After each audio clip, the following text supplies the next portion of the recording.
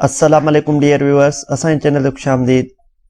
National highway and motorway police में तमाम घणियूं जॉब अपॉर्चुनिटीज़ अनाउंस थियूं आहिनि। हज़ारनि जी तइदाद में जॉब अपॉर्चुनिटीज़ आहिनि, जंहिंमें junior petrol officer, lower division clerk, upper division clerks जूं तमाम ज़बरदस्त जॉब अपॉर्चुनिटीज़ आहिनि।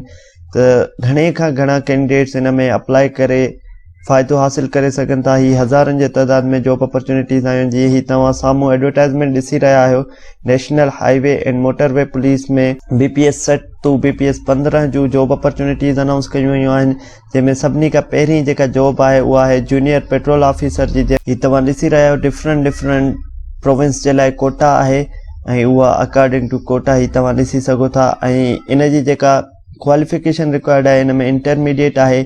इन जी जेका फिज़िकल हाइट हूंदी उहा 5.8 inch minimum height for male जे लाइ ऐं 5.4 इंच जेको आहे फीमेल जे लाइ। चेस्ट जेको आहे 33 विथ एक्सपांशन 35 हुजे। मिनिमम हाइट जेको आहे बलोचिस्तान प्रोविंस जे लाइ 5.6 inch for male and females जे लाइ 5.3 इंच आहे। हिन में जेको आहे तव्हांजो कार या ड्राइविंग मोटरसाइकिल जो ड्राइविंग लाइसेंस हुजणु लाज़मी आहे।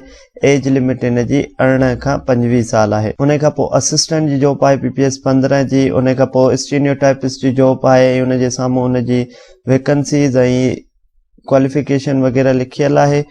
फोटोग्राफर जी जॉब आहे। उन सां गॾो गॾु UDC जी जॉब आहे। फील्ड असिस्टेंट जी जॉब आहे। LDC जी जॉब आहे। पैरामेडिक स्टाफ जी जॉब आहे। त ईअं तमामु घणियूं ही जॉब अपॉर्चुनिटीज़ आहिनि। इन में अप्लाई करण जे लाइ तव्हांखे NJP जेको नेशनल जॉब पोर्टल आहे गवर्नमेंट जो njp.gov.pk विथिन 15 डेज़ तव्हांखे हिन में अप्लाई करिणो पवंदो। जेको पेट्रोल ऑफिसर आहे उन जे लाइ तव्हांजी रनिंग थींदी 1 mile running in 8 minutes for candidates, 1 mile run in 15 minutes for female candidates. त 8 मिनटनि में मेल कैंडिडेट्स जे लाइ 1 माइल रनिंग हूंदी ऐं जेको आहे 15 मिनटनि में फीमेल कैंडिडेट्स जे लाइ 1 माइल रनिंग हूंदी। ही एज रिलेक्शन आहे डिफरेंट कैटेगरीज़ जे लाइ।